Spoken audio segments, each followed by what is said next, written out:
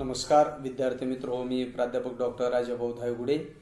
आज आपणाला आधुनिक मराठी वाङ्मयाचा इतिहास या द्वितीय वर्षातील अभ्यासपत्रिकेचा अभ्यास करावयाचा आहे।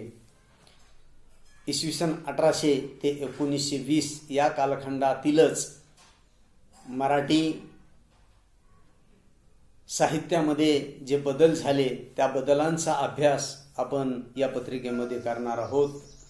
तर तुम्हाला माहित आहे, हा कालखंड अव्वल इंग्रजांचा कालखंड आहे आणि इंग्रजी कालखंडात जे महाराष्ट्रामध्ये बदल झाला त्या बदलांचा इतिहास तो आपण आज पाहणार आहोत। इंग्रजी कालखंड सुरू झाल्यानंतर इथली संस्कृतीत काय बदल झाला, त्या संस्कृतीची संकल्पना आणि स्वरूप हे आपण आज लक्षात घेणार आहोत। संस्कृती आणि इतिहास, संस्कृती आणि साहित्य अंत संबंध म्हणूया।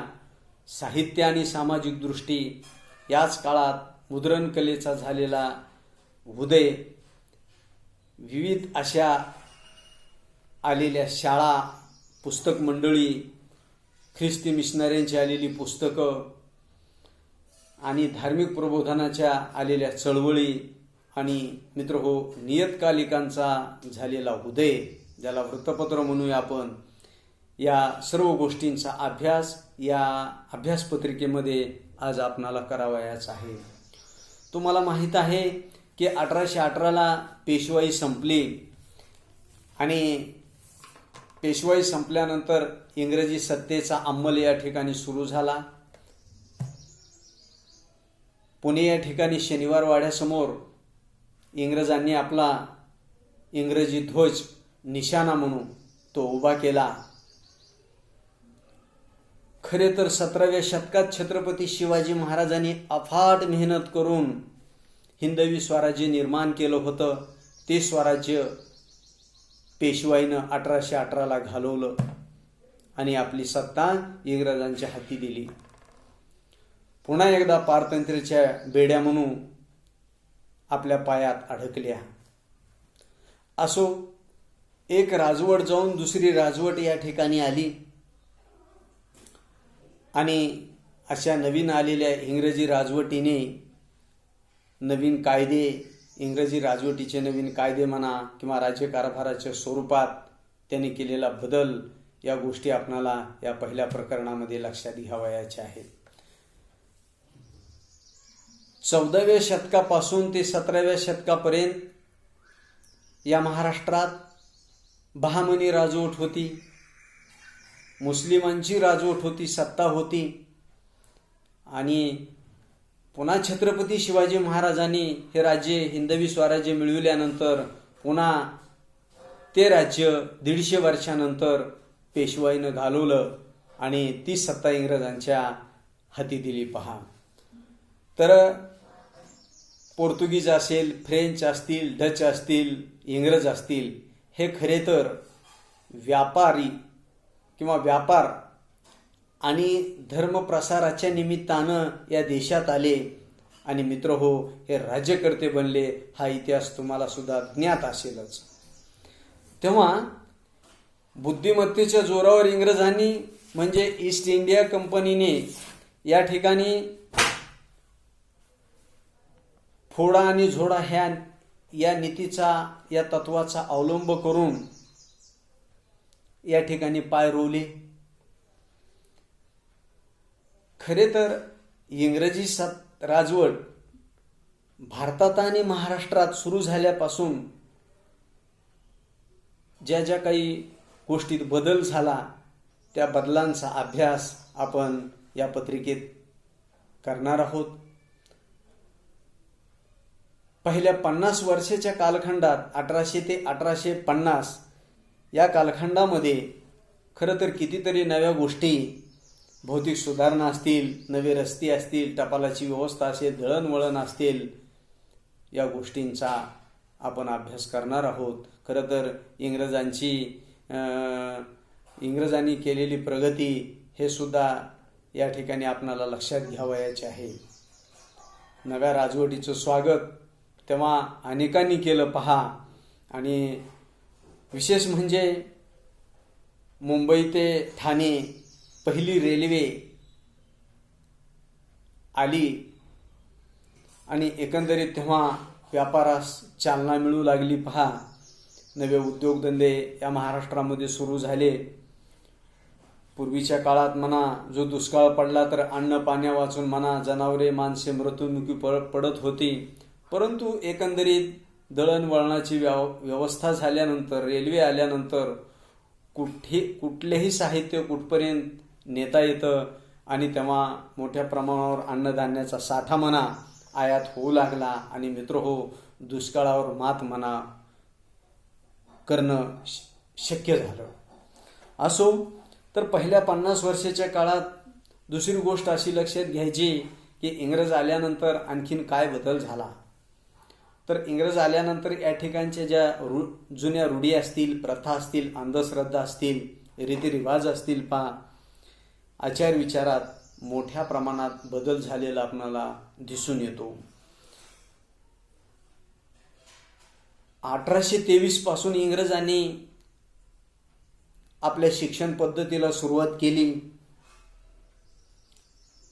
महाराष्ट्रातील अनेक मंडळींनी इंग्रजी शाळेमध्ये जाऊन इंग्रजी शिकू लागली आणि इंग्रजी शिक्षणाने पहिली पिढी भारावून गेली. मित्रहो, खरं तर 19वे शतक हे अनेक दृष्टीनं ही महत्त्वाचं मानावं लागतं. कारण याच काळात जी इंग्रजी शिकलेली पहिली पिढी होती तेव्हा या पिढीनं समाजामध्ये काय कार्य केलं ते आपल्याला अगोदर लक्षात घ्यावं लागतं. अनेक चळवळींचा उदय याच काळामध्ये झालेला आहे पहा. दुसरी महत्त्वाची गोष्ट अशी की मुद्रण कलेचा उदय, मुद्रण कला ही या देशामध्ये अवतरली. सुरुवातीला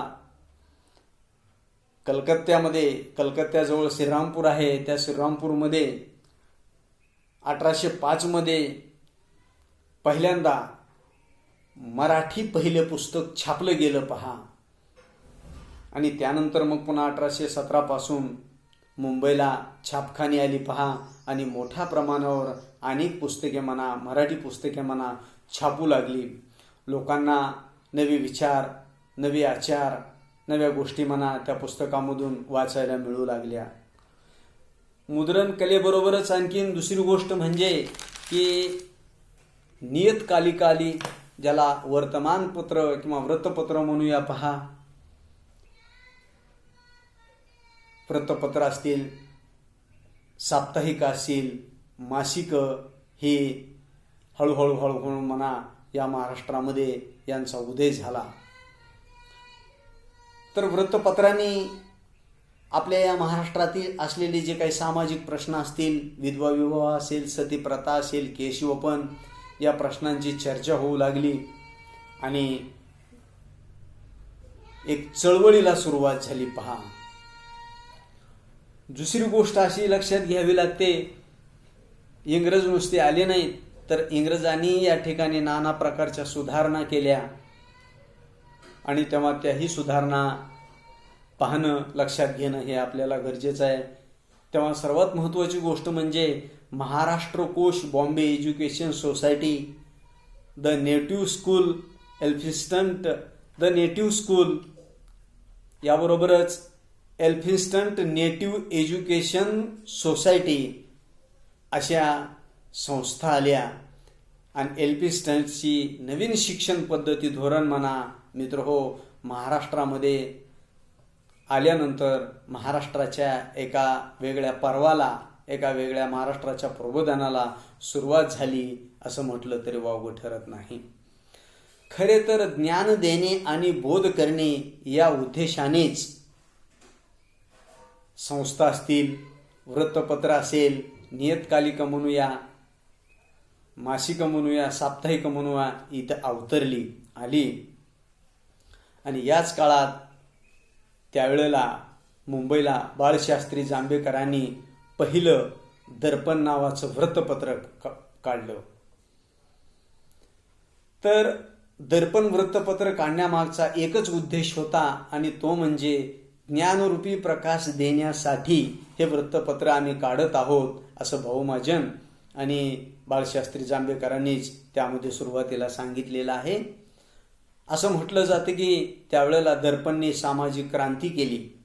म्हणजे समाजातील प्रत्येक प्रश्नावर बोट ठेवून समाजातील प्रत्येक प्रश्न वर्तमानपत्रातून हाताळण्याचं काम या दर्पणनं केलेलं आहे. याबरोबरच आणखी महाराष्ट्राच्या उभारणीला जसं नियतकालिकांनी हातभार लावला तसंच या सर्व गोष्टींचा मराठी साहित्यावर काय परिणाम झाला हे मित्रो आपणाला लक्षात घ्यावयाचं आहे. इंग्रज आल्यानंतर इंग्रजी शाळा म्हणा, इंग्रजी शिकून भारावलेली इंग्रजी शिकलेली पहिली पिढी भारावून गेली. ह्या सर्व गोष्टी आपण लक्षात घेत असताना या ठिकाणची जी संस्कृती आहे, महाराष्ट्राची संस्कृती मित्रो हळूहळू हळूहळू बदलू लागली पहा. आणि ज्याला इंग्रजीत आपण कल्चर असं म्हणतो पहा, तेव्हा सम आदि कृ या धातूपासूनच संस्कृती हा शब्द आलेला आहे. संस्काराने ज्याची सिद्धी केली जाते किंवा सिद्धी झालेली असते तिला संस्कृती असं आपण म्हणतो किंवा तिला संस्कृती म्हणतात. तर संस्कार आणि संस्कृती यांचा एक अविभाज्य संबंध आहे. संस्कृती या शब्दाचा अर्थ तसं पाहिलं तर खूप व्यापक आहे. प्रकृती म्हणजे निसर्ग आणि विकृती म्हणजे प्रकृतीत बिघाड होणे किंवा प्रकृतीला विकार जडणे असाही अर्थ आपण लक्षात घेता येतो.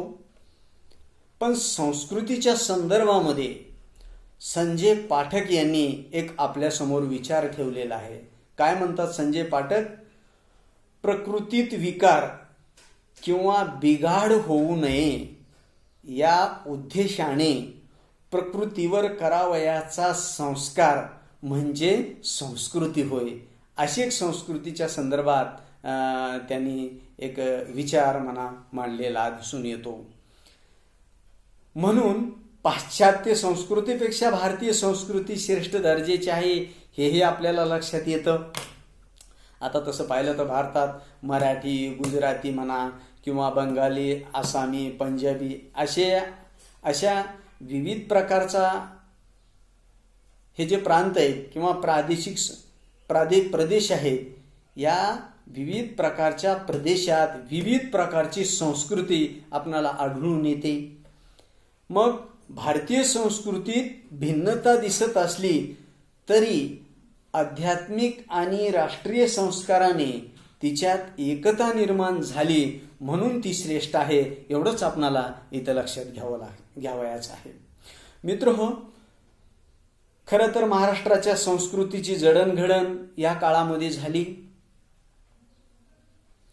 हे लक्षात घेत असताना इंग्रजी शिकलेली, मग सांगितलं तुम्हाला की इंग्रजी शिकलेली जी पहिली पिढी होती, या पहिल्या पिढीनं समाजामध्ये काय कार्य केलं असेल. इंग्रजी शिकलेल्या पहिल्या पिढीने काहींनी नोकरी स्वीकारली मित्र हो, आणि काहींनी नोकरी स्वीकारली नाही. काहींनी नोकरी करण्याऐवजी लोक जागृतीचं कार्य हाती घेतलं.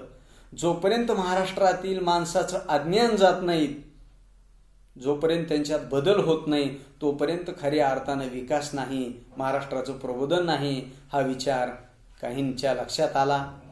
परंतु काहींनी इंग्रजी शिकलेल्या पहिल्या पिढीनं नोकरी करून तेव्हा आपला पैसा, वेळ आणि श्रम आपण समाज हितासाठी जर त्याचा वापर केला, विनियोग केला, तर निश्चितच महाराष्ट्राचं प्रबोधन होईल, बदल होईल, हा एक भाग मना लक्षात येतो. मग असा विचार करणारी जी पहिली पिढी होती, त्यामध्ये आपणाला बाळशास्त्री जांभेकर असतील, भाऊ महाजन असतील, इतकंच नाही तर गोपाळ हरी देशमुख, ज्यांना उर्फ लोकहितवादी म्हणूया पा, महात्मा फुले, न्यायमूर्ती गोविंद रानडे, दादोबा तरखडकर अशासारखी अनेक मंडळी समाज सुधारक आपणाला पाहायला मिळते. आणि एकंदरीत यामध्ये आता आपण नावं घेतली, या मंडळींनी महाराष्ट्रामध्ये खऱ्या अर्थानं जे मोलाचं कार्य केलेलं आहे ते कार्य म्हणा आपणाला लक्षात घ्यावयाचं आहे. यापैकी कोणी वृत्तपत्र काढली, कोणी धार्मिक आणि सामाजिक संस्था काढल्या, कोणी सार्वजनिक सभा काढल्या, तर कोणी म्हणजे महात्मा फुलेंनीच सत्यशोधक समाजाची स्थापना केली, तर काहींनी उपयुक्त ज्ञान प्रसारक संस्था काढून आधुनिक महाराष्ट्र घडविला. हे आपणाला लक्षात घ्यावं लागतं. मित्रहो, एकंदरीत महाराष्ट्राच्या प्रबोधनासाठी ज्यांनी ज्यांनी आयुष्य घालवलं त्यामध्ये आपल्याला या गोष्टींचा म्हणा अभ्यास करावयाचा आहे. तर महाराष्ट्राचं प्रबोधन करण्यासाठी लोकहितवादी असतील किंवा महात्मा फुले असतील यांचेही कार्य आपण लक्षात घेणार आहोत. दुसरी गोष्ट अशी आहे की इंग्रजी शाळा निघाल्यानंतर इंग्रजी पिढी शाळेमध्ये जाऊ लागली. इंग्रजी साहित्याचा, इंग्रजी वाचनाचा संबंध आल्यानंतर तेव्हा इंग्रजी साहित्यातील शेक्सपियर आवडीने वाचू लागली. आणि मोठ्या प्रमाणावर या कालखंडामध्ये मग इंग्रजी कविता असतील, नाटकं असतील, कथा असतील किंवा कादंबरी असतील, यांचं भाषांतर मोठ्या प्रमाणावर मराठीमध्ये झालं. मित्रहो, 1818 ते 1875 हा भाषांतर युगाचा कालखंड म्हणून ओळखला जातो. कारण या कालखंडात मोठ्या प्रमाणावर अनेक इंग्रजी भाषेतील वाङ्मयाचं मराठीमध्ये भाषांतर झालं, म्हणून अव्वल इंग्रजी कालखंडास भाषांतर युग असे म्हणतात. हे लक्षात येतं. याबरोबरच आणखीन महाराष्ट्राच्या प्रबोधनासाठी लोकहितवादींची जी शतपत्रे आली, 100 पत्रे, महात्मा फुलेंचं शेतकऱ्यांचं आळसूट पुस्तक असेल, सार्वजनिक सत्यधर्म असेल किंवा तृतीयरत्न असेल, किंवा महात्मा फुलेंनी विधवा विवाहासाठी जे कार्य केलं दीन दुबळ्यांसाठी जे कार्य केलं तेही कार्य म्हणा आपणाला यामधून थोडक्यात लक्षात घ्यावयाचं आहे. तर या ठिकाणी आपण थांबूया. नमस्कार.